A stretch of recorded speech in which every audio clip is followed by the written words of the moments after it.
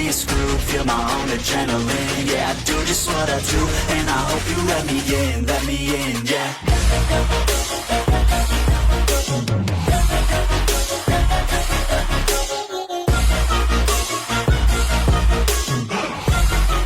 Hello and welcome back, fellow anime lovers, to Cypherfics. I am delighted to have you join us once again in the world of fanfiction and fantasy. This is the 53rd part of, What If Harry Potter Meets My Little Pony? Special note, this fanfic is written and a masterpiece of tkepner on fanfictionnet. Do check and support the author too. Now smash the like, share and subscribe button for more. Also press the bell icon so that you never miss such great parts. Thanks for the introduction. Now let's dive into the world. Major Tom, his superiors, and most of the space-oriented community, were thrilled that the fifth port key had arrived, right on schedule. Over 70% of the asteroid ring, and all of Mars' orbit was available to them, all the time, once they got there. With the help of the new telescope on the back side of the moon, the Yanks were helping them map out which asteroids might be worth mining. They had already fielded some questions from mining consortiums. The Buran was being prepped for its interplanetary voyage. First, Mars, then from there, the asteroids. Unfortunately, they had discovered, port-keying living creatures farther than 20,000 kilometers was fatal. Port-keying a living creature that had been transformed into a statue and then reversing the transformation on arrival.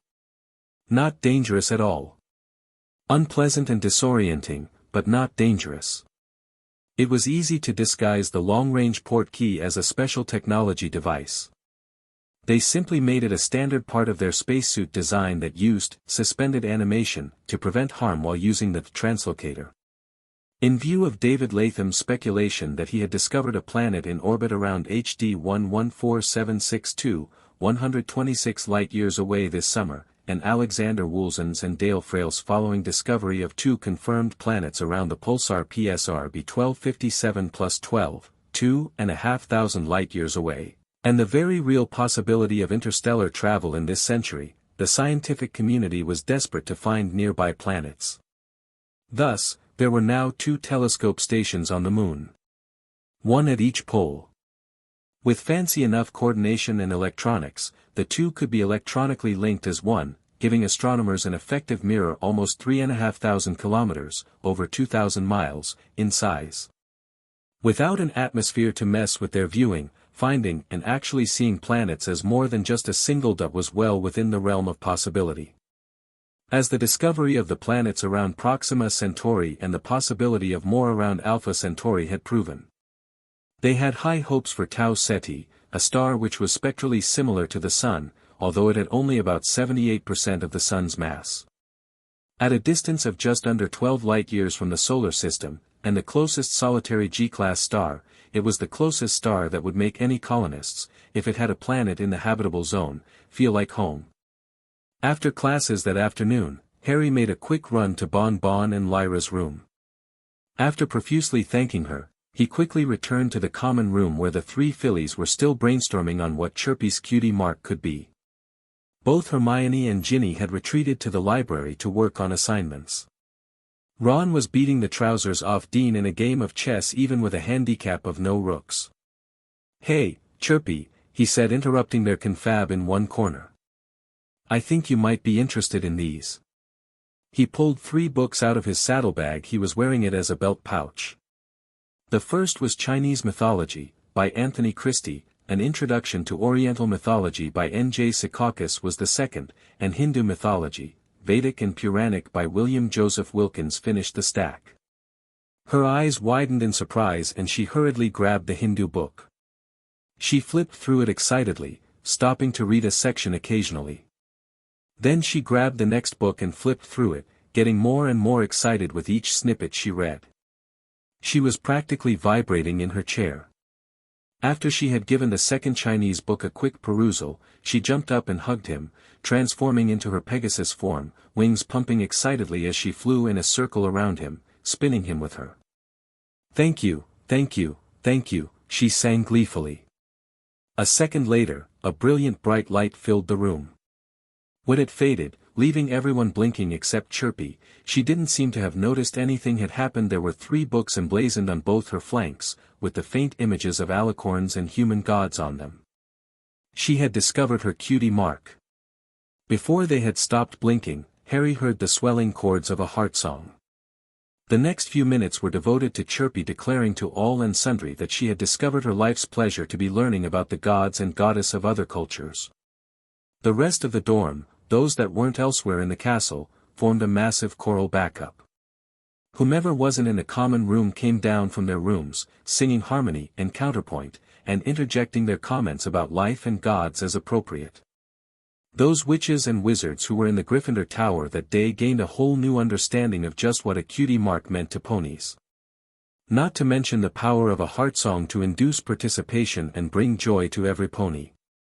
At dinner that evening, Harry noticed that for some reason Malfoy and his cult friends seemed more interested in him. He caught Goyle trying to be subtle at watching him whenever they were in potions or anywhere else in sight of each other. Hermione told him she had seen Crabbe glaring darkly at him more than once. The day after visiting the hospitals, Castor took the 3 Lings to a wedding in the morning, and 2 more in the afternoon. The weddings covered the range from small, with only a dozen or so participants, to large, with nearly 100. The weddings were much more fruitful than the maternity wards, the Lings explained. They had access to dozens of happy and emoting people at one time instead of a single, or set, of parents. Positioning close to the parents and the wedding party simplified and increased collection. One wedding gave them enough for a week, each. If a collector could be present at 3 large weddings in a day, she would reap enough emotional food for a month. Or 30 changelings for a day. Satisfied with their findings, that evening, they mapped out their search in Equestria for their abandoned sisters. Tomorrow, they planned to return to the Ponyville Embassy, and Equestria, to start spreading the word. They would have to be very careful, they didn't want any of the Lings their Queen Mother had gathered to hear about this. She would interfere, the 2 Lings were certain. Sir Nicholas de Mimsy Porpington's death day party was unlike any celebration Harry had ever seen or heard of. How Hermione had heard about it, he wasn't sure. With Sir Nicholas being the Gryffindor ghost, Harry had expected that it would be unusual.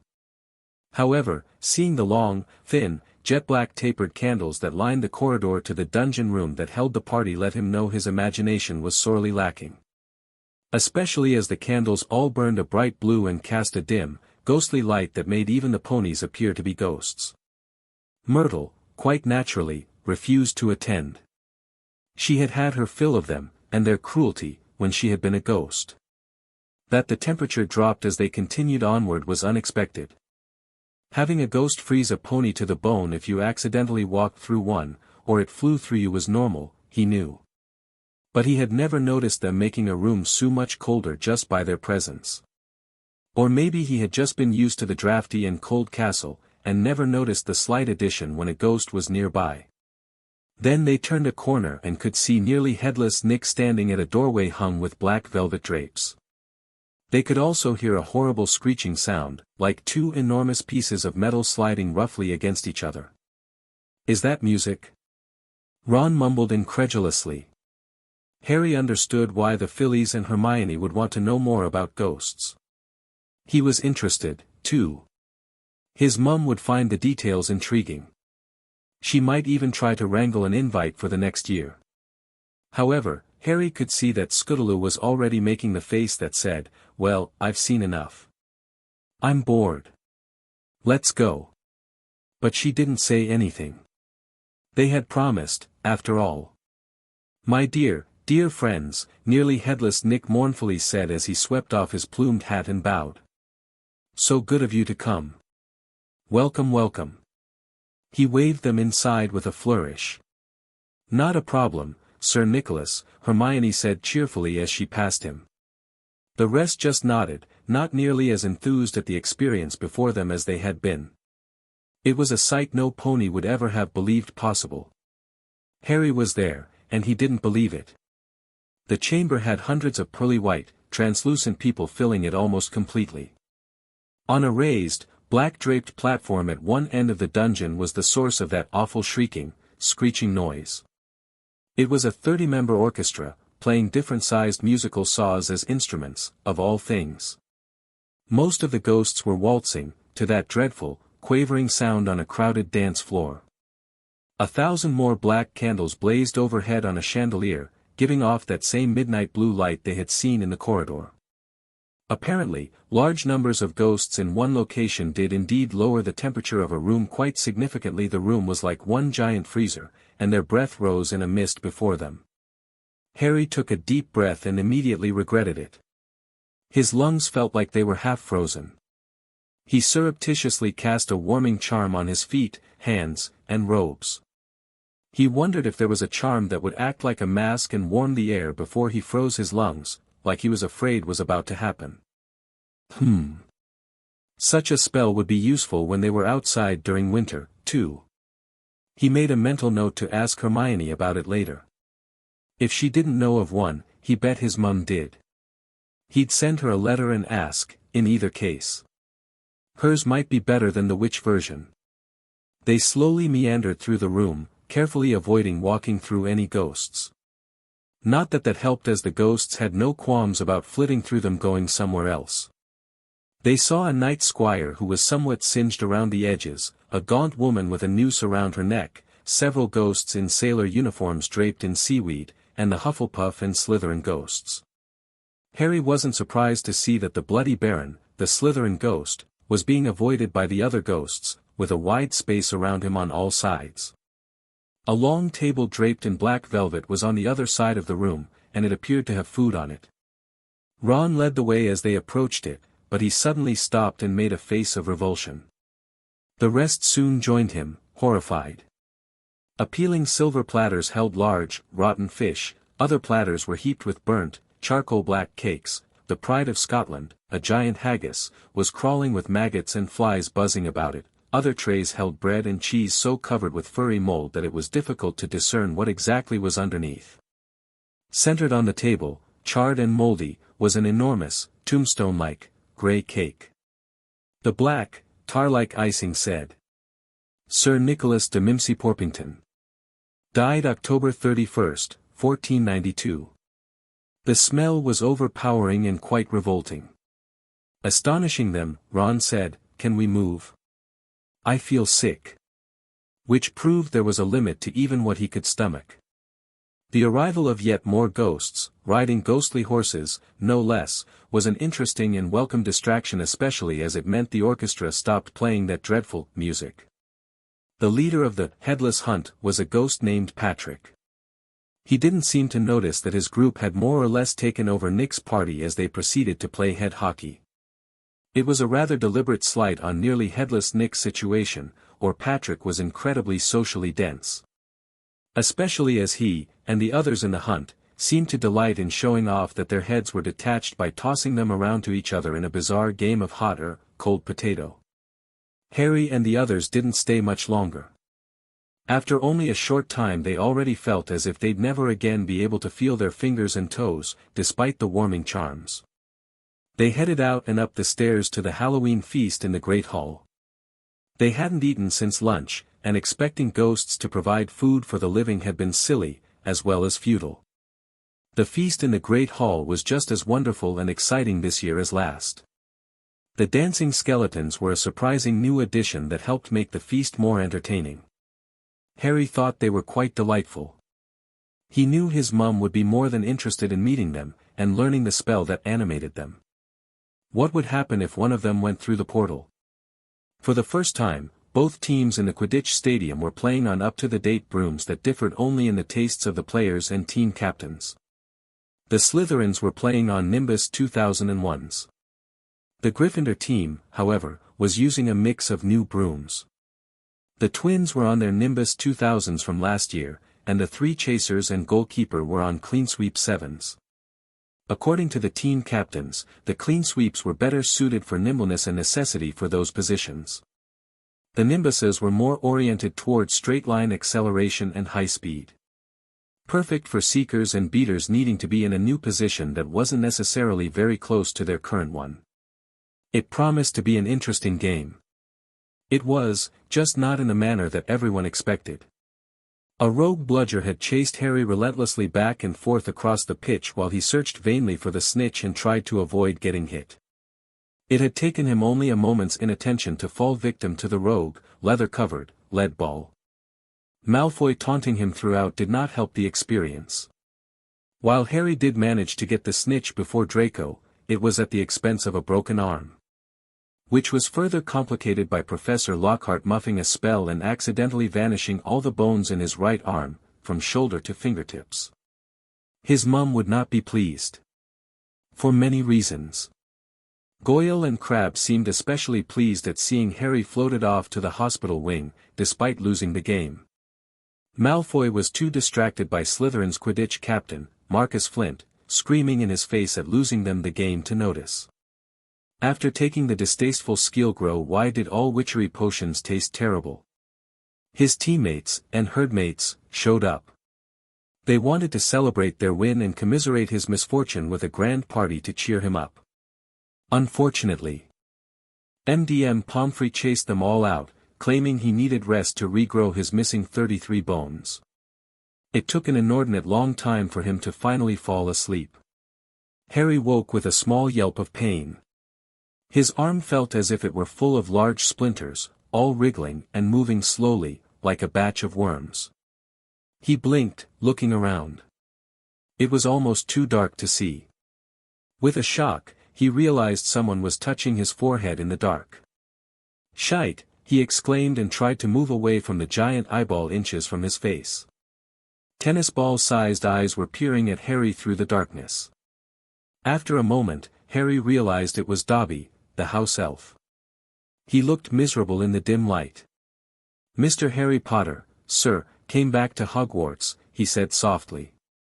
Dobby tried to warn Harry Potter. "Ah, sir," he sighed mournfully, "why didn't you stay home? What are you doing here?"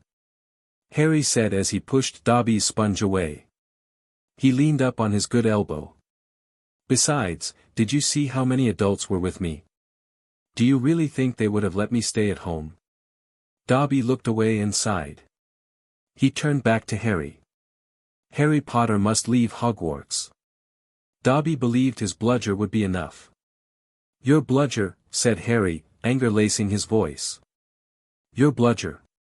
You tried to kill me with that bludger," he said fiercely. "You'd better get lost before my bones come back, Dobby, or I might strangle you." Dobby smiled weakly. "Death threats mean nothing to Dobby, sir. At home Dobby is threatened 5 times a day, at least." He blew his nose on a corner of the filthy pillowcase he wore. He looked so pathetic that Harry felt his anger ebb away in spite of himself. He sighed. He knew from his mum's house elf, Squeaker, that house elves were bound to their MSTR's family, no matter how badly they were mistreated. They would live and die with that family, unless given clothes first. Of course, badly treated elves didn't give the best service.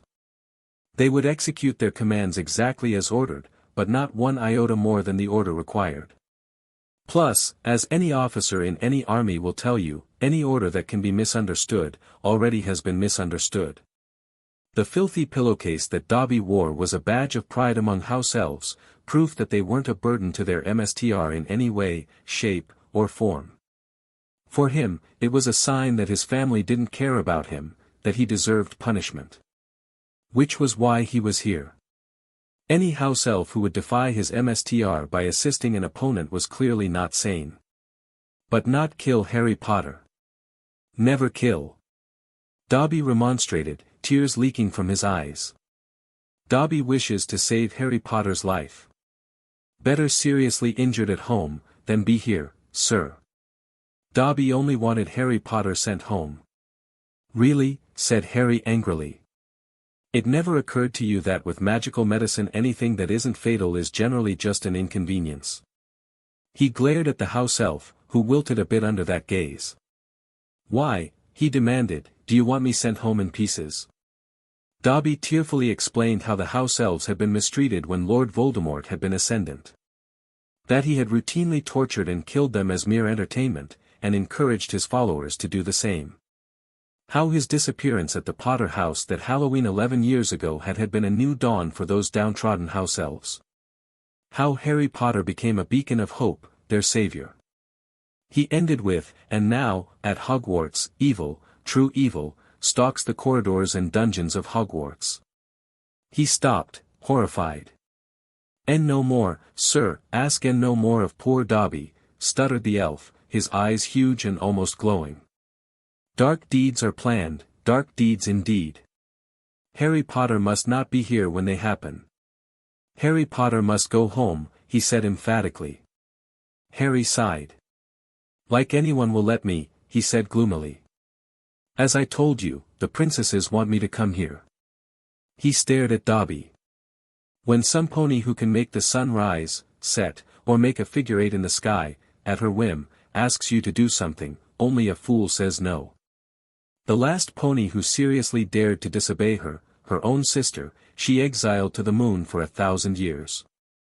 He looked away for a moment. "I am not a fool." Dobby stared at him, eyes wider than usual. They almost looked like they would fall out and roll across the floor. "The sun? The moon?" he breathed. "1,000 years?" Harry nodded. "Her little sister, Luna, took care of the 60-foot basilisk that used to live in the Chamber of Secrets, last year. She controls the moon and stars in Equestria. She said she thought the basilisk would make a nice pet to keep the Canterlot nobles in line." "Chamber of Secrets," the house elf whispered. "It's empty." Harry nodded. "Yep. They have regular tours of the chamber every weekend." He paused and frowned at Dobby. "I'm surprised you hadn't heard about that." Dobby numbly shook his head. Dobby best not allowed to hear news or gossip. Harry sighed and nodded. "So, you see, I can't leave." Dobby shook himself, almost like a dog shaking water from its fur. "Harry Potter must stay safe," he declared. "Dobby will keep you safe." He poked away. Harry collapsed back down onto the bed, his right arm tingled abominably, but it was stiff and rigid. Apparently, MDM Pomfrey had cast a spell of some kind that prevented his arm from being jostled while he slept. He took a deep breath and slowly let it out. Only Celestia knew what that insane little house elf was up to. He could only hope he survived being protected. Tomorrow he would send a message to his mum, and give her the warning that evil stalked the corridors and dungeons of Hogwarts. Plus, how and why he was in the hospital wing. As he had heard mentioned in one of the movies they had watched over the previous summer, this was way above his pay grade. The days went by just as quickly as they had the previous year. His mum dropped by several days after the Quidditch game and its aftermath, and stayed for dinner. She was quite displeased with what he had written her, and spent the afternoon yelling at the headmaster. However, as the headmaster had pointed out, what had happened had been instigated from outside the castle, and he couldn't track all the house elves simultaneously all the time. With as many house elves as were employed by Hogwarts, it wasn't possible to spell the castle against them, or it would severely impact the castle's habitability. Trying to ward the inhabitants of the castle against violent intentions wouldn't work. They'd be retrieving students from Hogsmeade daily, as every student at one time or another would be angry enough to want to harm another student, especially girlfriends or boyfriends, when they discovered their love had cheated on them. Of even just suspected that they had cheated. Not that they would actually carry out such intentions, but the spells couldn't tell the difference. Harry and the herd studied magic diligently, as did the equestrian Frnds. Being the cream of the CRP of students in Equestria meant they were picking things up at a ferocious rate. Especially as most of them were what many of the Gryffindors referred to as swats, that is, extremely studious. Unfortunately, this also meant some of them were quite clever at getting into things they shouldn't. Every weekend at least 2 equestrians were kicked out of the restricted section in the library despite MDM Pants, the librarian, being the only one with a key to the room. Which meant, in turn, that they asked their questions of the professors while in there. Detentions instead of just wandering through the aisles in the library, picking books at random. Why the professors thought they were punishing the overachievers with extra lessons was a mystery to the ponies. The unicorns and Pegasi took the detentions with Professor Sprout, Flitwick, Lupin, and McGonagall as remedial lessons to help them improve their grades. The Earth ponies felt the same, except the detentions with Professor Sprout were highly prized as they explored the limits of what she knew about plants, and the effect Earth ponies had on plant growth. Professor Snape refused detentions with them when he discovered what the four assigned to him one evening did after cleaning the classroom by hand as he had instructed. Bored, unsupervised while he was distracted reading assignments in his office, they had reorganized his potion ingredients by smell. The fillies worked just as industriously to help the other two equestrians who hadn't yet found their cutie marks, which sometimes ended up with them in a detention. Or covered in tree sap. No pony quite understood why they kept finding bottles or barrels in so many rooms, but they did. Knocking over a bottle was understandable, especially if you didn't notice it was tucked at the back of a shelf. How you could get a wooden barrel to spontaneously erupt and shower the room with sap was a mystery. But the cutie mark crusaders somehow managed that feat. Scootaloo darkly complained that the castle was pranking them with the tree sap. Harry blamed Discord. The first years continued to push the boundaries of what was expected. Despite assurances from all the other years, and the professors, that they were wrong, the equestrians still considered detentions to be extra lessons. The professors were off balance at the discovery, and clearly flummoxed at the realization that what they considered punishment, the first years were looking on as rewards. The points lost to the detentions were always recovered in the classes with how quickly the ponies picked up the lessons and answered the questions. Professor Kettleburn didn't know whether to be proud or horrified that the equestrian unicorns had managed to catch one of the younger unicorn fillies in the forest and had her in one of the unused classrooms. His first instinct was to dock them an incredible number of points for the dozen rules, at least, they had broken. Then he wanted to reward them an equal number of points as a reward when he realized they had taught Filly to shoot red and green sparks from her horn. The filly seemed quite pleased with herself and not at all upset with her abduction. He made them release the filly back to its mother. Who, oddly, hadn't seemed all that upset about the incident either. It didn't help that when they assigned a detention to a student, several usually showed up for the extra lessons. It was a situation that was both gratifying that the students were so eager to learn, and frustrating that the professors couldn't seem to control their students' enthusiasm for mischief. New, secret passages continued to be found at irregular intervals. One wall that used to pretend to be a door, was now a real door. 2 steps in and you were waist deep in the lake, which was getting rather cold. The astronomy tower now had a slide to the ground floor hidden behind a zodiac chart. Then there was a hidden trapdoor directly in front of a landscape of a lake. Sneeze while standing on it, and you fell straight into a large, warm swimming pool. The professors had followed the wet trail left by the first High who found it, when she first trudged out of the dungeons. But, sadly, it ended in a blank wall that stubbornly refused to give up its secret. It didn't matter. Most students preferred the trapdoor drop. Still, it was a nice, and popular, discovery. There was a lot of fake sneezing students wandering the castle for several days after that, but no new discoveries. Oliver Wood had frequent Quidditch practices, of course. With all the other things taking up their time, how the herd found time to do their assignments puzzled Harry, sometimes. Bookwalking certainly helped, though. He thought the professors didn't understood, just yet, how powerful a tool that was in learning. Sweetie Belle continued to invent new potions that were always a surprise. A swelling potion that shrunk ponies to half their normal size, a strengthening potion that made ponies weak, *a potion that gave every pony beaks, and another that gave every pony toad-like skin for that one. Most of the girls, and Malfoy, secluded themselves in their rooms and refused to leave until the potion wore off overnight. As a result, every pony in their potions class was becoming quite accomplished and quick at casting a shield charm and the bubblehead charm. Some even managed to do it soundlessly. Only rarely did they guess right on which they should cast first. However, it was good practice. Plus, sometimes the alterations induced were fun sometimes. The most hated one gave every pony flippers for hands and feet for the evening. Dinner that evening was awkward to say the least. On the other hoof, Neville hadn't melted a single cauldron. Nor exploded a potion. Under Professor Slughorn he was positively thriving in potions. His love of herbology was evident in his understanding of how different components of a potion interacted. Scootaloo had the honor of discovering Lady Rowena Ravenclaw's library. Why she decided it would be a good idea to fly down a chimney left Everpony puzzled.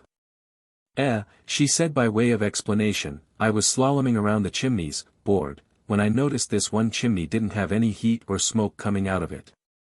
She shrugged. I was bored. So, I decided to see where it went, and where I would end up. She sighed.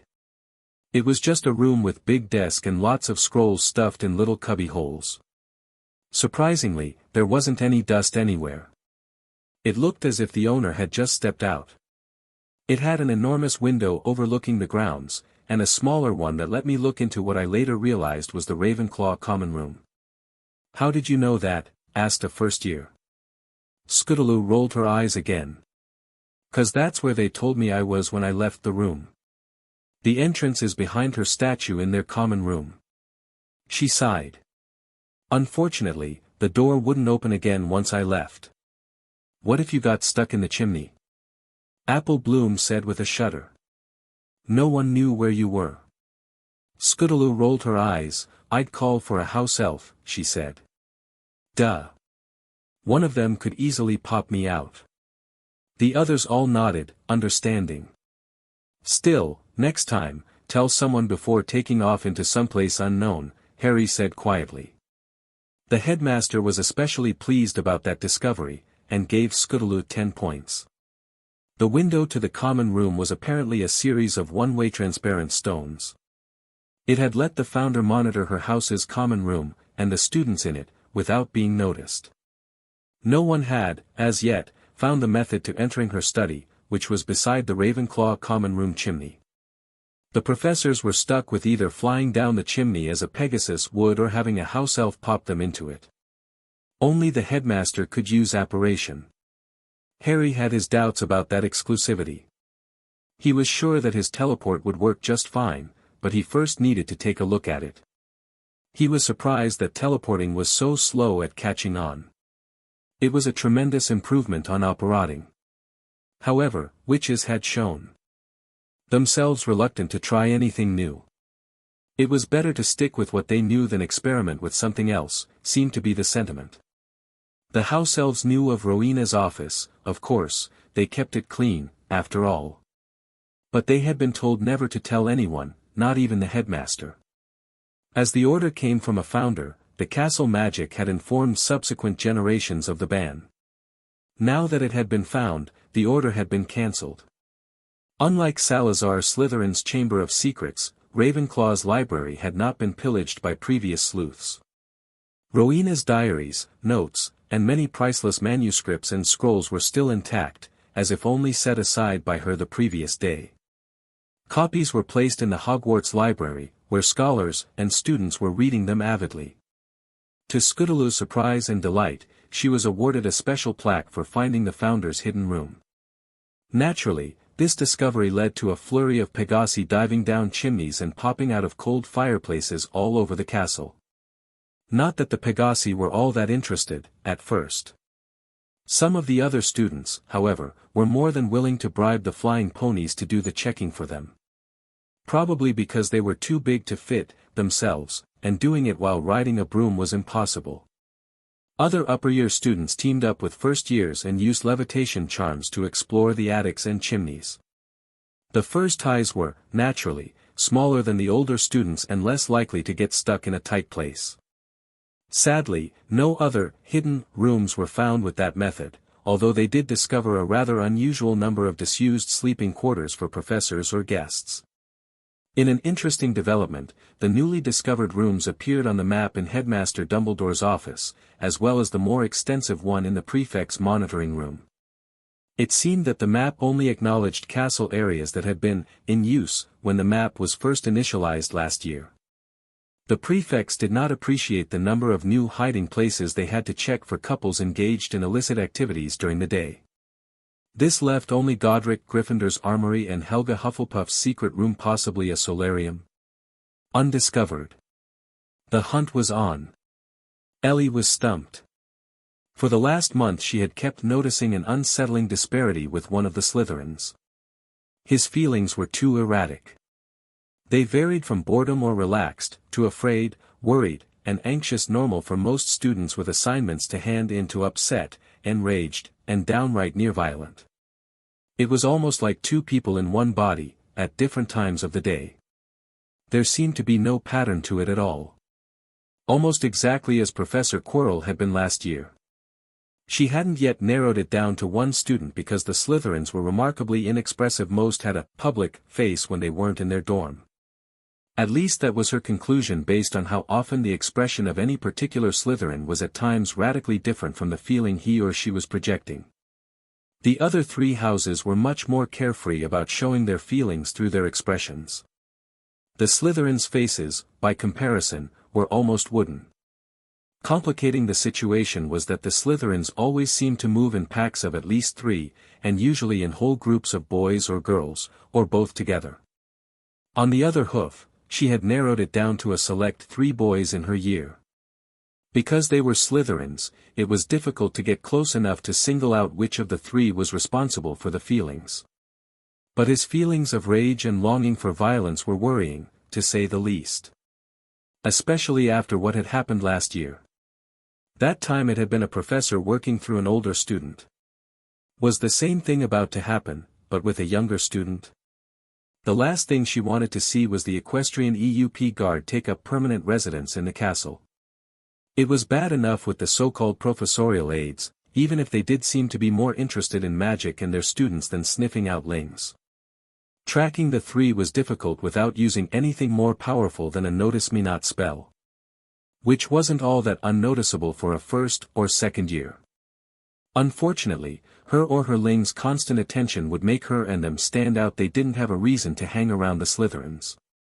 None of the 4 could change to something the Slytherins wouldn't notice to follow them, like a cat or rat, because the castle had that stupid ling detection spell on it. The lings changing their appearance to look like someone else was fine, but anything more than a cosmetic alteration knocked out the ling. They had discovered they couldn't even imitate one of the pony forms. Mapping the limits of what they could accomplish without getting caught had been tiresome, but easy. Going too far meant the ling was zapped and instantly returned to base form as a young human. Having the other 3 carry away the unconscious ling each time that happened had kept them from discovery. Doing it in a hidden passage had also helped. As had doing it during the day when the castle map was not in use by prefects looking for illicit activities between CNSNS, although underage, couples. Not that the lings had wasted time while she was distracted by the Slytherin mystery. She had given them very extensive tours of all the hidden places she had discovered. Unfortunately, the Pegasi first years had found most of those places, too. The only ones still a secret were the rooms and passages hidden in the walls and dungeons that didn't have fireplaces installed. Helga Hufflepuff's office, situated overlooking the greenhouses, was mostly empty, with the flue tightly shut and the chimney on the roof hidden behind an aversion spell. The books were merely very old versions of current books in the library. Even her diaries were dull, except for the parts about the squabbles between the other founders that she had noted down in detail. She was quite a gossip, it appeared. The only items of interest to the lings were the passages from her office to the 4 greenhouses, which had limited use if you weren't in her office or didn't want to go just there. Godric Gryffindor's office was just an armory with a desk that overlooked the castle's main entrance and courtyard. It was filled with swords, knives, bows and arrows, crossbows, and cauldrons filled with oil suspended over holes by the front wall. It was warmed, apparently, by the one wall that was a dozen chimneys that led down to the kitchens below the Great Hall. He didn't seem to have left much in the way of diaries or letters. The only books were those that described defensive techniques for the castle, and using physical weapons against both the non-magical and the magical. Not to mention combining magic with those physical weapons such as causing arrows to explode on contact with anything, even magical shields. Very dull stuff, and not very applicable to the modern day for the magicals of today. Using a sword or crossbow was too muggle for the modern witch or wizard. She had to snort at that. The ponies knew the value of a good sword or knife in a magical fight. The element of surprise was always a valuable tool in any fighter's repertoire. The witches did not know what they were forsaking, she sadly reflected. But that was all to the good, from her point of view. The witches and wizards' surprise at being on the receiving end of a physical attack, as well as a magical attack, would be invaluable to the Lings. Should such a confrontation ever occur. She planned that over the coming halls she and the other Lings would drill relentlessly in the close fighting techniques that Godric had written down. While their instructors in the hive had taught them two-legged combat skills, Godric's writing were far above those simple techniques. Using Ling techniques to sneak close, and physically take down an unsuspecting opponent could save the hive. They certainly had done so in the past, in Equestria. But that was risky in this new world with the Ling detection and stun spells scattered around haphazardly. Which meant they had to mstr the methods used by a true professional in the art of using tools instead of claws, fangs, and subterfuge.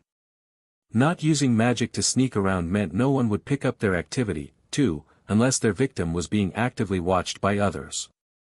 They took care to leave everything as they found it, after each currently short weekly session. While the Lings thought they were the first ones to discover these hidden places, there was no proof someone else hadn't. Even if no one had, that didn't mean someone wouldn't in the future, and they wanted to leave no clues about themselves. They had already started studying the scrolls carefully, but always returned them to where they had been found. The same with the weapons. Careful application of cleaning charms removed any physical evidence that they might leave. Lings were very good at hiding their presence. Anyone finding the room would think it had been the elves doing the cleaning. It also made for good practice on their hiding in plain sight techniques. Humans, like ponies, it seemed, would see what they expected to see, if you provided the correct visual or sight cues. Ad Astra 2 had hit its marks like clockwork. Thomas, and everyone else in the BNSC, were pleased to see. The Jupiter, Saturn, Uranus, and Neptune translocators had come in right on time at 38, 51, 73, and 88 hours. The fifth, the Kuiper belt, at 50 times the Sun-to-Earth distance, came in at about 155 hours and 20 minutes. They were good to go for translocating to any place they could reach by rocket in the entire solar system. The probe had been hauling arse at 36,124 kilometers per second, at that last port key, and accelerating constantly.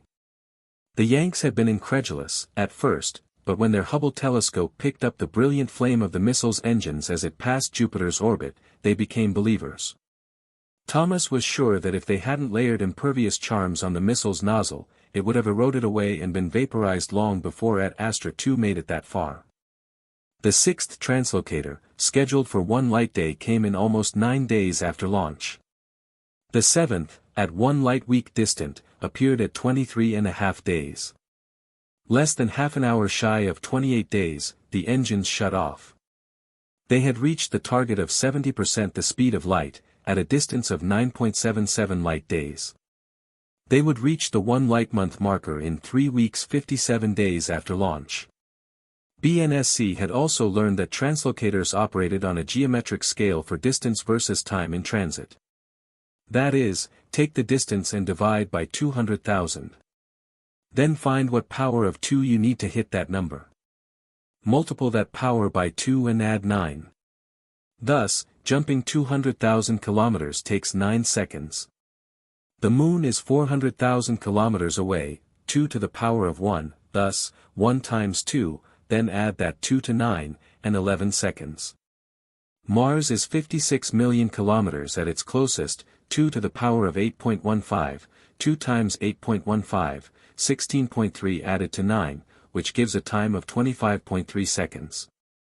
At its farthest, Mars is 402 million kilometers, 2 to the power of 10.97, twice that added to 9, and takes 30.9 seconds. The distance to Alpha Centauri varies according to the source. There is no precision in calculating interstellar distances. The average worked out to just over a minute in translocator transit time. No one was sure why there was a 9-second offset.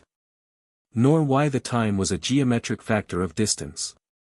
One theory was that the translocator was actually speeding up to punch through to a different dimension where there was no limit to your speed.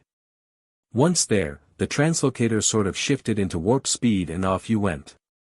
Shorter distances than 200,000 kilometers apparently didn't give the portkeys time to rev up to full speed. With an earthly range that never exceeded 13,000 kilometers, 1/15 the 200,000 minimum distance, the portkey was active for just a fraction over half a second. Which matched what most people claimed a portkey took to get them where they wanted. The Buran was being refurbished again. It now had the unlimited fuel possibilities that the Ad Astra 2 had pioneered. The BNSC was waiting for the Yanks to finish their Mars base modules before sending it on a Mars mission, which required more modifications to the Buran. They had realized and why it was still in its hangar and not being run as a tow truck service. The Russians had refused to sell the Tichka after they saw the moonshot. Instead, they had immediately started working on finishing its construction. They offered a 51-49 partnership to the British. They planned, according to the Director General of the BNSC, to turn the spaceplane into an Earth-to-high orbit taxi service, retrieving old satellites and placing new ones at a fraction of the current cost to do so. Not to mention acting as the workhorse for the space station. It was much cheaper to pay 20 million quid for a satellite placement than the current 50 million that the cheapest traditional launch cost. Especially because there wasn't the risk of the whole thing going up in smoke with a failed launch. The cost to the Russians, and Brits, would be less than million quid. The flight itself shouldn't last longer than a standard 8-hour shift, from loading the cargo, to takeoff, to landing, and returning to its hangar. Renting a 747 to fly around the world would cost more and take longer. They expected the Brits to kick in a quarter of the funding, and access to the special technology in exchange. It was, according to Administrator David Williams, far cheaper than building a spaceplane from scratch. The return on their investment would take less than a year, even if they only placed one satellite a week. The average for the last 10 years was 120 launches per year, better than 2 per week. If they could manage 2 satellites per flight, their profit trebled after expenses. There was already one billionaire making noises about building a space hotel. On paper, fitting the Tichka cargo bay with a special passenger section would provide seating for 168 people, assuming a pitch of 78 centimeters, and a width per seat of 50 centimeters, the average economy seat on most jet planes. In a few years, you should be able to fly to a space station for less per ticket than you could fly from London to Paris. The Russians had, of course, already modified their Little Bird spaceplane to take the new, special technology engines. Thomas had to snicker. Unlike the airlines, they didn't have to pay for thousands of kilograms of fuel for the flight. However, Thomas knew they'd charge a premium for the tickets. They had to recoup the cost of the spaceplanes, which cost significantly more than a regular jetliner. But even at 10 times the price of a normal first-class ticket from Tokyo to London, people would queue up for a chance to see home from space. They wouldn't make as much profit as they did with the satellites, unfortunately. But then, more flights per week meant the cost to maintain the ground facilities and personnel would be less per flight.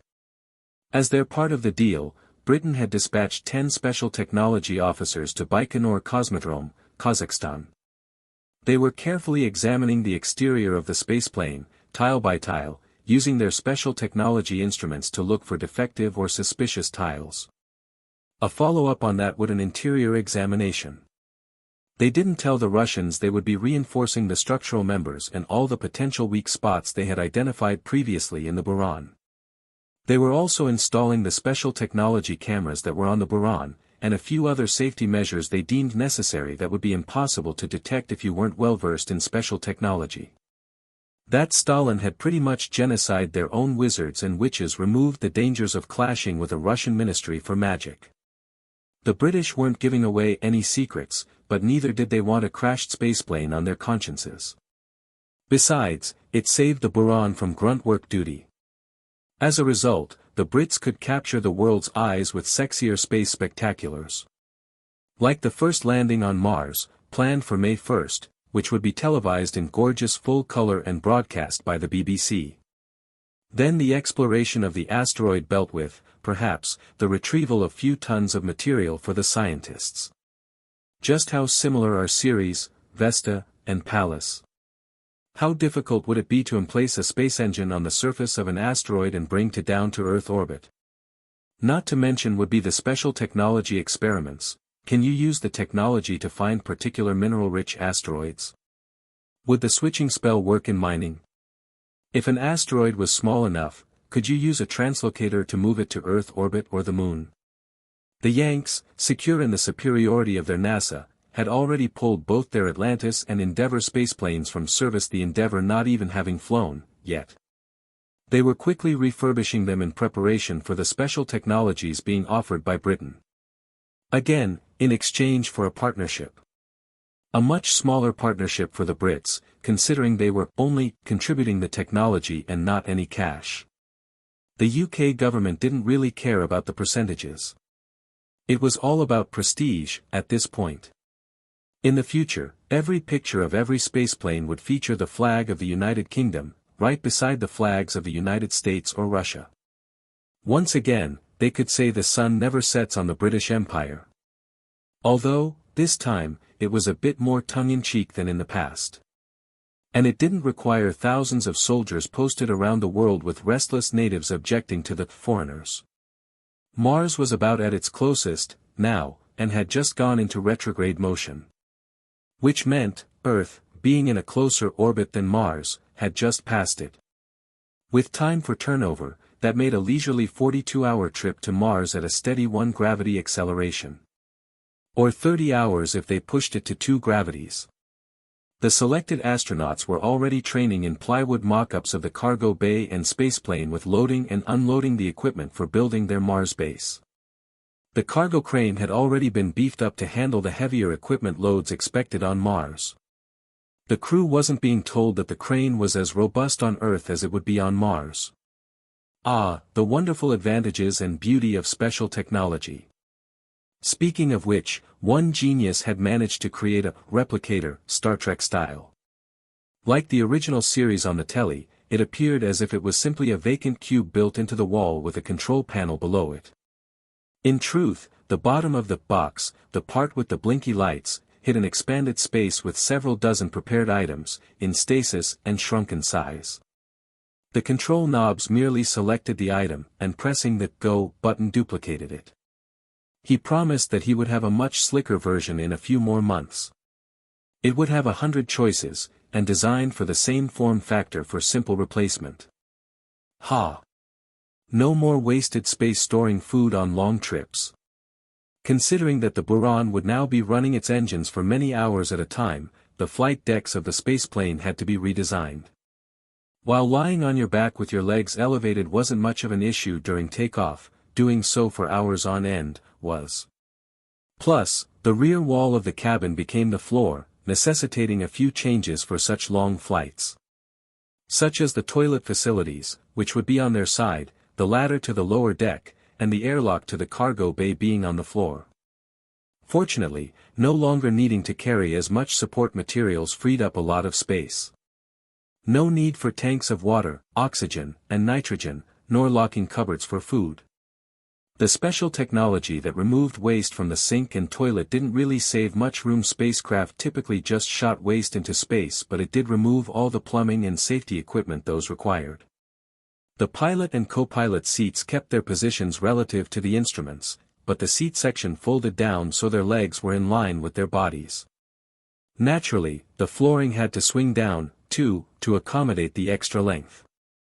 Those 2 seats, being on a raised platform, had the room for such expansion with only minor adjustments and adding handholds for moving around in spaceflight. The 3 seats behind them, for the flight engineer and mission specialists, in the original design, were a big step lower, and would have intruded into the lower deck if they did the same as the other 2. Instead, those seats moved up. There was plenty of headroom for that, fortunately.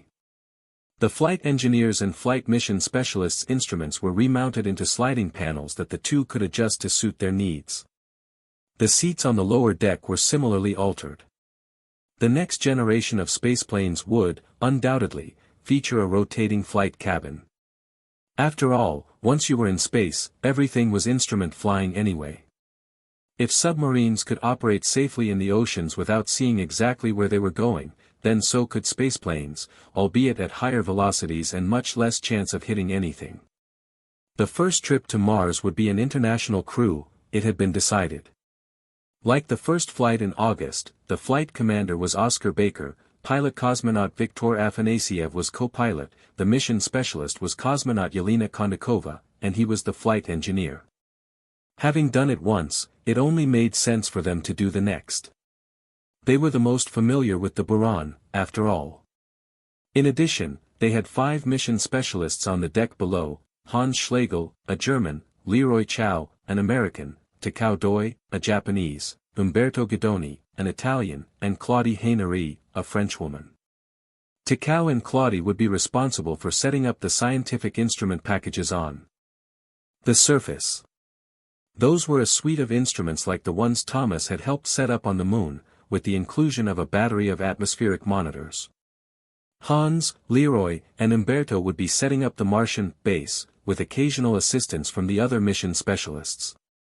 The base would be basically 2 large, inflatable, RBB domes. They were more to protect the equipment than anything else. One would be empty and act as a translocator target. The other was more of a meeting and storage room. However, both would have to be very securely attached to the ground to survive Mars' famous world-girding dust storms. Unfortunately, what with the training, waiting for equipment, and the modifications to the Buran, there wouldn't be any flight to anywhere for some months. Those missions to retrieve dead satellites would have to wait a bit longer, it seemed. As would the missions to the Mir space station. The Proton system would have to be used for a bit longer, but its days were numbered. In the second week of December, Professor McGonagall posted the sign-up sheet for those who wanted to go home for the holidays. Which turned out to be the entire Gryffindor house. Both Charlie, the dragonologist, and Bill, the Gringotts curse breaker, were being sent to Equestria by their bosses as a working holiday. The standing invitation for the Weasleys to visit Equestria, at no cost, meant their parents could go there, too. Not that cost was a problem anymore with the income from the twins' exploits. But old habits are hard to break. So, as long as the others were there, having the Hogwarts contingent join them was no inconvenience. The Weasleys could renew their tradition of the whole family being together at this time of year for the first time in a number of years. Almost the same was true for the Ravenclaw and Hufflepuff houses, with even most of the OWL or NEWT students leaving. It seemed the ministry hadn't yet realized just how much bookwalking had improved the students' understanding of theory or memorizing of details. As a result, they hadn't adjusted their testing, thus far. But even if they did, the students still had the advantage. It would probably take a few years, as each subsequent class had that much more time to use the bookwalking spell and improve that much more than the previous year was able to achieve. Which meant those students preparing for their tests were having a markedly easier time than their predecessors, with the attendant lower stress. MDM Pomfrey definitely noticed the decrease in students with anxiety and lack of sleep issues. Slytherin, by comparison, had a significant number of students stay. In their year, alone, they had Vincent Crabbe, Gregory Goyle, Draco Malfoy, Theodore Nott, Millicent Bulstrode, and Pansy Parkinson stay. In fact, the equestrians in that house were a significant percentage of the Slytherins who went home. The rumors coming from Ravenclaw about the Slytherins suggested that many of those students' parents were experiencing money troubles. Several had downsized their living arrangements, while others had had to adapt to severely reduced income or circumstances. They wanted their children at Hogwarts while they navigated these new treacherous financial waters in which the families now found themselves. It was all good in his book, as far as Harry was concerned. The Slytherins with financial problems in the family were more subdued than in the past, much less boisterous. Which made things less stressful in Hogwarts for him and almost every pony else, too. Excellent. Whether Castor had been dragooned, shanghaied, or ordered, he wasn't sure. Maybe it was all three. Everyone from his superiors to the ponies, it seemed, assumed he was going to go along that December 7th. Apparently, the consensus was that as their first contact, he should accompany the equestrians in the event something happened or was said that needed explaining. Not that he thought there would be such problems. The royals had studied closely the records of several state visits that the Yanks had supplied. He had been expecting them to take a plane across the Atlantic for the state visit to the United States, at the invitation of President George Bush. Instead, here they were, in the back courtyard to the equestrian embassy in Little Whinging, Surrey. As ponies. Maybe, because out of the 6 of them he was the only one with saddlebags, they wanted to use him as a pack mule. While he and his family were Pegasi in Equestria, only their daughter had the magic to transform on this side of the portal. Princess Celestia had used her magic to give him the little boost he needed to make the change. It was an odd perspective to see how much taller everything now appeared. Why she wanted him as a Pegasus, he didn't know. He would find out soon enough, he was sure. Waiting with him were Princesses Celestia and Luna, and Prince Blueblood, the same as the state visit to the UK this summer. What was different, however, was this time they did not include Princess Twilight. Replacing her presence were the 2 other royals he had met in Equestria at the ball. The first had a pink coat, and yellow, rose, and violet mane and tail. Unlike Princess Twilight, her mane and tail appeared to occasionally shift and move around in an unfelt breeze, but nothing like the non-stop, gently flowing, movements of the other 2 alicorns. Her cutie mark was a crystal heart. It was Her Royal Majesty, Mi Amore Cadenza, Princess of Love, Mstrs of Heavenly Affection, Earthly Passion, and Icon of Eros, Guardian of the Crystal Heart, Niece of the Heavens, Liberator and Co-ruler of the Crystal Empire, *. Accompanying her was her unicorn husband, His Royal Highness Prince Shining Armor, Liberator and Co-ruler of the Crystal Empire. The prince had a light gray coat with a mane and tail that were a combination light, moderate, and dark blues. His cutie mark was dark blue shield with a 6-pointed pink star in the center of it, and 3 pale blue stars above. He was also Twilight's brother. What a coincidence, and, from what he could tell, it really was a coincidence. Discord had not been involved. The 2 ponies had met while Twilight was still a foal and was only a bookworm filly. Castor was more than a little worried about what was happening or, rather, not happening. The U.S. ambassador had provided them with a detailed itinerary which required their plane to land at the Andrews Air Force Base in Prince George's County, Maryland. In about 15 minutes. Instead, the 3 princesses were carefully studying a video camera feed from United States of the reception committee waiting for them on the runway. He knew Prince Blueblood had informed the U.S. ambassador that they would be arriving via their own transport, but he hadn't said exactly what that transport was. Princess Celestia nodded firmly. "It will be no trouble at all," she said quietly. "Shiny? Bluey? Ready?" Prince Armor rolled his eyes. "Yes, Tia," he said as he nodded slightly. Blueblood just boredly nodded. A light gold aura lit up her horn and the same surrounded the prince and Blueblood, slowly becoming brighter until the Pegasus had to look away. When he looked back, both had wings, just like he did. Shining Armor and Blueblood gave their new wings a couple of stretches and flaps. "Excellent," Shining Armor said in a satisfied tone. "As natural as walking." He grinned at his aunts. Blueblood just nodded, again. Castor was still blinking away the dots. No one had seen that magic before. How long would the wings last? Could they give wings to humans? He shook his head. He needed to stay on topic. How were they supposed to get to the airbase in the next 10 minutes? "Time to go," Celestia said, spreading her wings and lifting up into the air. Moments later, they were hundreds of yards in the sky. Celestia and Luna were in the lead. They slowed their ascent and coasted a moment. "Lulu, Katie, Bluey, follow my lead. I'll take Castor and Shiny." Castor wasn't sure what she meant, but he found out an instant later as Little Whinging, and England, disappeared from below him. There was the faint sound of bells. Then he realized he was staring down at the runway that only moments before had been thousands of kilometers away and on a telly screen. After the initial shock, it took only a few moments to pick out where they needed to go.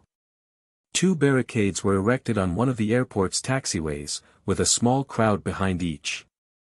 He could see the obvious press contingents, the seated band, and audience. The soldiers in 2 lines between them were a dead giveaway that was where they were expected. After their visit to England, Castor knew that this visit was being broadcast, live, to the world. The US wanted to milk this for all it was worth, and had been hyping it for the last month.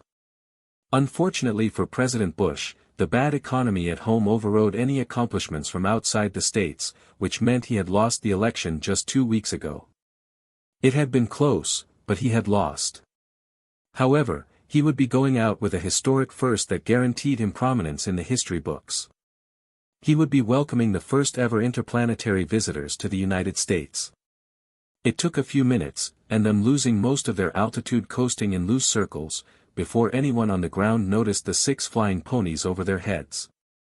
Without the drone of propeller or jet engines to smother the sounds, the collective gasp that erupted from the ground was clearly audible. There were more than a few screams from little kids of, "Mommy! Look! Flying horses!" Castor had to grin at the expressions of shock and surprise he was seeing. It really was amazing how good his eyesight was. He could see them all so clearly when he was at least a football field away. He had read that a raptor could pick out a mouse in a field of grass that was at least a football field's distance away, but to experience something similar, though not as distant, was another thing entirely. No wonder his marksmanship lately was 40-40. The viewers watching on the telly and listening over the radio were probably stunned at the sight of 6 winged ponies landing at an American airbase. Whatever they had been expecting, this was not it. The reception committee had lost their practiced composure as everyone pointed and stared. Jaws were dropping and the attending journalists were losing the plot. Celestia and Luna were in the lead. To Celestia's left were Blue Blood and Castor. To Luna's right were Cadance and Shining Armor. Castor found himself chuckling out loud at the dumbfounded looks headed their way. He was positive that Celestia and Luna were using their magic on a very small scale to make sure they were in this specific formation, and not drifting too close or apart from each other. He certainly wasn't trying to control his flight any more than to keep gliding. He was sure the officials had been warned about princes and princesses' pony forms, with accompanying pictures, all of which were normal colors for horses and ponies on Earth. Well, except for their manes and tails, which could be explained by hair dyes. However, Cadance's clearly bright pink coat was a color not seen in nature on Earth, which had undoubtedly raised eyebrows. Was it real? Or an affection? He knew his own appearance matching Shining Armor except for the lack of a horn, would be confusing to the analysts. Was he related? But how could he be, when he was a verified human born in Britain? When they came around on their final lap, the band leader realized that the winged horses were the intended guests. He immediately had the U.S. Air Force Band begin playing Arrival Fanfare No. 1. One person, at least, had woken up and realized what the next step had to be. He had jumped into action as they were gliding on their final approach to the reception group and had unrolled the red carpet. They lightly touched down at the foot of the red carpet. As they had been told, military personnel, 21 total, formed 2 lines flanking either side of the red carpet. They were from the 3rd United States Infantry Regiment, the U.S. Navy Ceremonial Guard, the U.S. Coast Guard Ceremonial Honor Guard, and the U.S. Air Force Honor Guard. At the end of the red carpet closest to them, a welcoming committee stood. 2 officers from the Andrews Air Base Color Guard held short poles with the flags of the United States and Equestria. A small welcoming committee waited for them at the foot of the carpet. The chief of protocol, John Jiffin Weinman, a tall, thin man with receding gray hair, the commanding general of Andrews Air Force Base, General Ronald W. Yates, a fit man with graying black hair, and 3 other ranking officers smiled as they approached. After they landed, 3 wide-eyed American schoolgirls stepped forward and presented a bouquet of flowers to each alicorn, murmuring, "Your Majesty." Every dream the 3 girls had ever had about horses had just come true. The princesses graciously lifted the flowers in their magical auras, golden, deep blue, and light blue. They all replied with a warm, "Thank you." They studied the bouquets for a moment, then Celestia selected a red rose from her bouquet, and delicately munched on it. "Oh, Lulu," she said, turning her head. "You must try one of these, they are a simply delightful snack." A red rose left Luna's bouquet and hovered in front of her sister. Castor was trying mightily to keep a straight face. Based on his horrified expression, which quickly turned bland, clearly the protocol officer hadn't realized just how herbivores might react to a traditional flower bouquet. Not as a nice gesture, but the offer of exquisite snacks. He was probably having heart palpitations at the questions he realized he should have asked when the equestrians announced they were coming for a state visit. He should have realized the playbook would be thrown out as soon as he saw that the equestrians were definitely non-human. That they had flown to the base without a plane should hammer that point into even the densest aid. Why had he expected them to appear as people? No wonder the radar operators hadn't said anything about an approaching aircraft. He was probably in a panic over just how those flowers would taste to a pony. As unobtrusively as possible, he signaled desperately to one of his aides. Castor clenched his teeth as he tried not to laugh at the thought that that poor panicking sod was going to dash to the limousine and ensure that any snacks inside were palatable to herbivores. Hopefully, they're none of the pork rinds that the president favored on board. He imagined that the other protocol officers in the government were in the process of frantically calling their aides, and reviewing everything planned for the royals' visit. Celestia offered her bouquet to Castor. Castor found the carnation to be rather nice. Cadance took a yellow gardenia from hers, while her husband decided to sample of the lilies of Inca. Luna offered Blueblood a choice from her bouquet. Children in the audience were jumping up and down enthusiastically, squealing happily.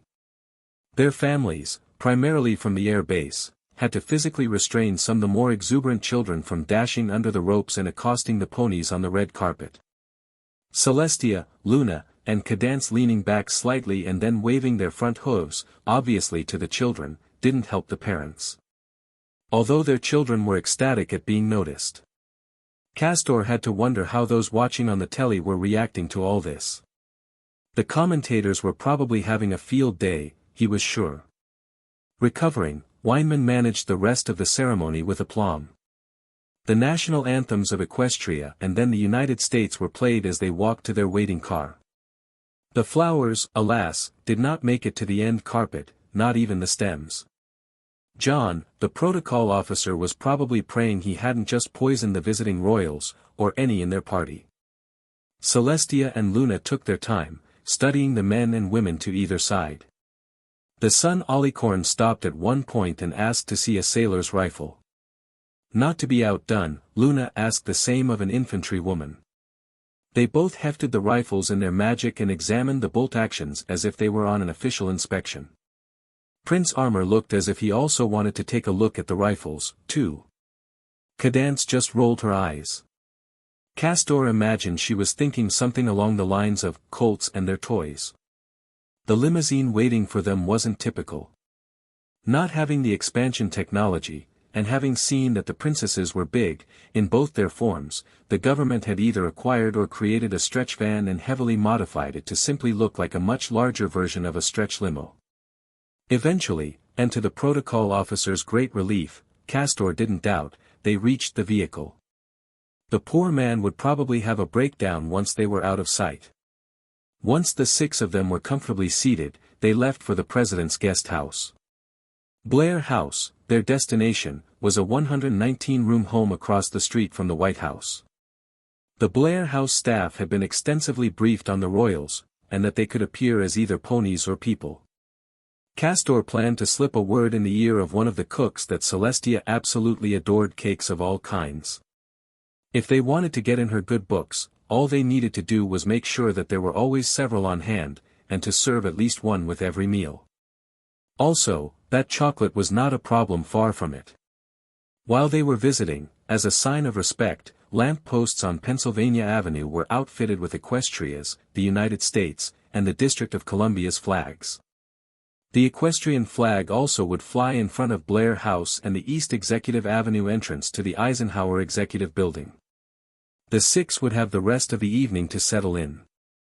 It would be quite interesting to see how the evening news portrayed their arrival. It would be the first time the royals, except Blueblood, had seen television in use. It would give them an unparalleled look at how the idiot box could be used to shape opinion. Seeing as how they were 5 hours ahead of the current time zone, while it was not much past lunchtime for those on this side of the Atlantic, for them, they had already had their dinner. Tomorrow would be the official arrival ceremony at the White House, and the state dinner that afternoon. Castor was a bit anxious that Representatives Makusa might show up. On the other hand, the separation between the magicals and the non-magicals was extremely strict over here. They had only allowed magicals to marry non-magicals starting in the 60s. The magical government might not even know the equestrians were visiting. After all, the only magic had been their teleportation, and a few minor others. From what he had been told, the pony's teleportation didn't set off the detectors as normal wizard operating did. So, the alicorns and unicorns hadn't done anything that would bring in obliviators.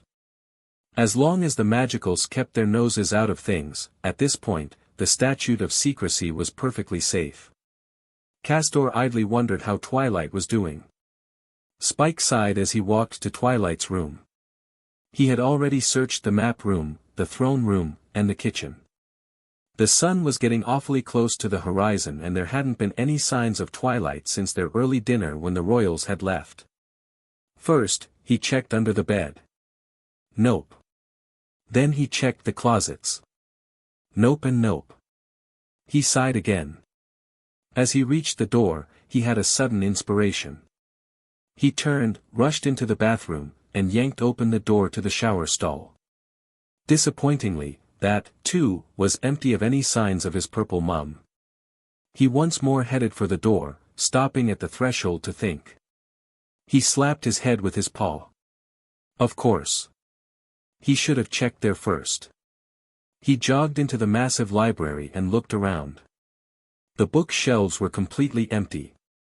A massive book fort, with a dry moat, on the other hoof, had been built in the center of the room. The furniture not being used inside the fort had been haphazardly shoved to the edges of the room.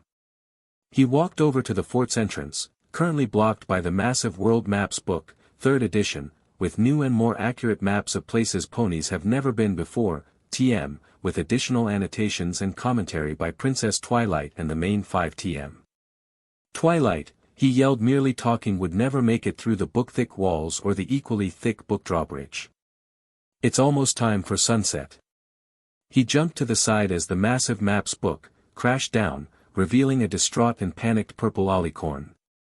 No. It can't be, not yet. I'm not ready, she shouted. Chui, he said soothingly, of course you can. You practiced with Tia and Lulu last night and this morning. They both said you did fine. But they were there, then. They won't be, now. What if I make a mistake? She shrank back. Oh, I could accidentally melt Griffinstone. What if I goof and raise the moon instead of setting the sun? Or the sun gets mad at me and refuses to set. I'll roast the world. They'll call me Daybreaker Twilight. Celestia and Luna will never forgive me. Everyone will hate me. They'll throw me into the dungeons, forever. She was backing further and further into her fort, shrinking down slightly with each sentence, her mane looking wilder and wilder while her pupils shrank to mere pinpricks. Spike sighed again and followed her into the fort. This was going to take a bit of time. The book drawbridge slammed shut behind him. Chui, he tried again, speaking as soothingly as possible, nothing of the sort will happen. He grabbed her by the hoof. It'll be just like you practiced. Trust me. Her disbelieving look told him it wasn't going to be as easy as he had hoped. Sunset that day was about an hour later than normal, and not nearly as smooth as when Celestia did it, ponies and creatures everywhere noticed. One moment it was there, the next, not. Then it was back, but lower. Then it was gone again. As they were blinking their eyes in the response to the transition from light to dark, the moon popped up like a scalded rabbit. Then it ducked back down with only a tiny bit over the horizon, as if it were cautiously checking its surroundings. It shot up halfway to overhead. Then reversed direction in a series of jerks that left it at its normal moonrise position, just above the horizon, but a bit further north than normal by half the normal distance. It stopped, but had an odd pinkish glow, almost as if it were blushing. Or Luna was. It slowly slid sideways until it was at its regular position. It turned a bit pinker. More than a few nobles, who knew Celestia and Luna were visiting elsewhere, made notes to have a talk with the purple alicorn. As soon as possible. First, though, they'd have to find her. She was positive they'd never think to look in her closet. Spike heard her mumblings under her breath. She had parked him on her back in the mad dash to her room. She was calculating if it would be possible to use that obliviate spell she had read about in the witching book on every pony in Equestria. Maybe she could make them forget her first unsupervised attempt at sun and moon manipulation before Celestia and Luna returned. The next morning started early, and the Blair House's staff hit a home run when they served a giant PND cake smothered in frosting with Equestria's twin sister's emblem on top. Breakfast itself was an array of omelets, apple and sharp cheddar, smoked Gouda and asparagus, spicy sun-dried tomato and feta, corn, black beans, peppers, cheese and tomatoes, mushroom scallion frittata with parmesan, and several others. Celestia and Luna tried them all, eating triple what the others consumed. Celestia still managed to eat the entire cake by herself. That they brought out a second cake for the others showed Castor that the head cook had taken his advice to heart. Today, they went as people instead of ponies in their special van to the White House, where they were met by a civilian welcoming committee for the arrival ceremony. Also meeting them, in the background, were a large number of military personnel drawn from the 3rd U.S. Infantry Regiment, the U.S. Navy Ceremonial Guard, the U.S. Air Force Honor Guard, the U.S. Coast Guard Ceremonial Honor Guard, the White House Sentries, Alpha Company of the Garrison of Marine Barracks Washington, and selected other personnel. While they were being welcomed and introduced to both President Bush and President-elect Clinton, and their wives, the Presidential Salute Battery fired cannon volleys from a firing position in President's Park, the famous 21-gun salute. The band was performing Equestria's national anthem at the same time. Just as there had been in England, there was an inspection and review of the troops present. Then it was time for the speeches. The press, after all, had to be given something. The speeches were, thankfully, short. President Bush started off. Your Majesties, Your Excellencies, and our friends here in the White House, on behalf of the American people, it is my great honor to welcome you to the United States. He stopped and waited for the applause to die down. Your Majesties, this historic house has witnessed many historic occasions, but as all of our guests here today I am sure will agree, and as those who are listening on television and radio will understand, no visit to this house has a greater historical significance than your visit today to the White House. Never has any president of the United States ever welcomed visitors from another world. A world that is both the same and yet different from our own. The applause lasted a bit longer this time. He continued in that vein for a few minutes, before concluding, we wish you a good visit here, and we wish you the very best for the many years of leadership which we know you will continue to provide, not only to your nation, not only to your world, but to those who cherish and honor freedom throughout both our worlds. Princess Celestia's speech was a bit shorter, and consisted of saying nothing important while appearing to do so. It was a skill she had developed far back in her career as leader of Equestria. About the only thing she did say was how much she enjoyed being on vacation, meeting new people, and learning things she had never suspected existed. After the speeches, they moved inside to the blue room, called so for its thematic color.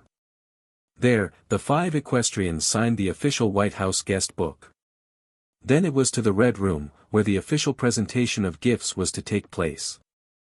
Equestria's gift had already been handed to the White House yesterday and was waiting for them on the oak table in the center of the room, as was the gift from the President to Equestria. The American gift was astonishingly well chosen, Castor thought. All the equestrians were completely taken with the Cookbook of the Americas, presented to them. Hundreds and hundreds of recipes that they had never tasted.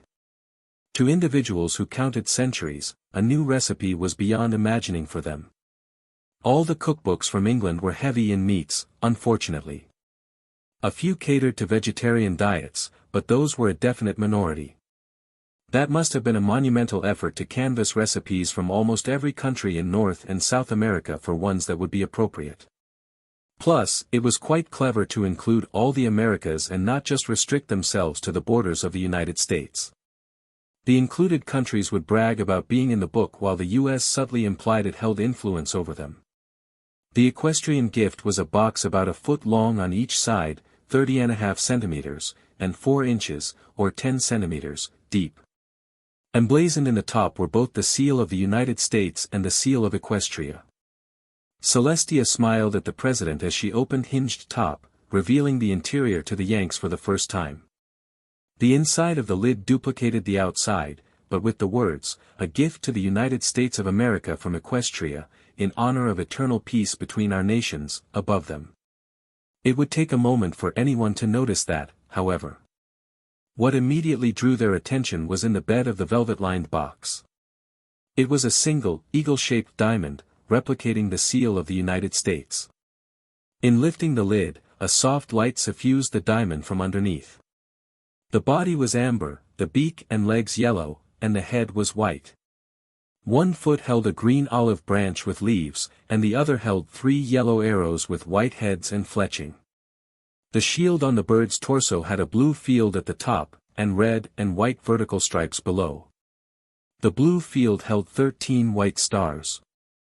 If you looked very closely, Castor knew, you realized it was made of a single diamond. The colors weren't painted on, those were the colors of the diamond at those places.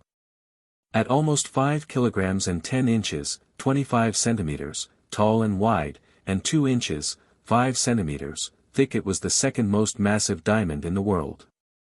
Only England's new block diamond was more massive. With its intricate shape and colors, the eagle diamond was, Castor knew without any doubt, beyond priceless.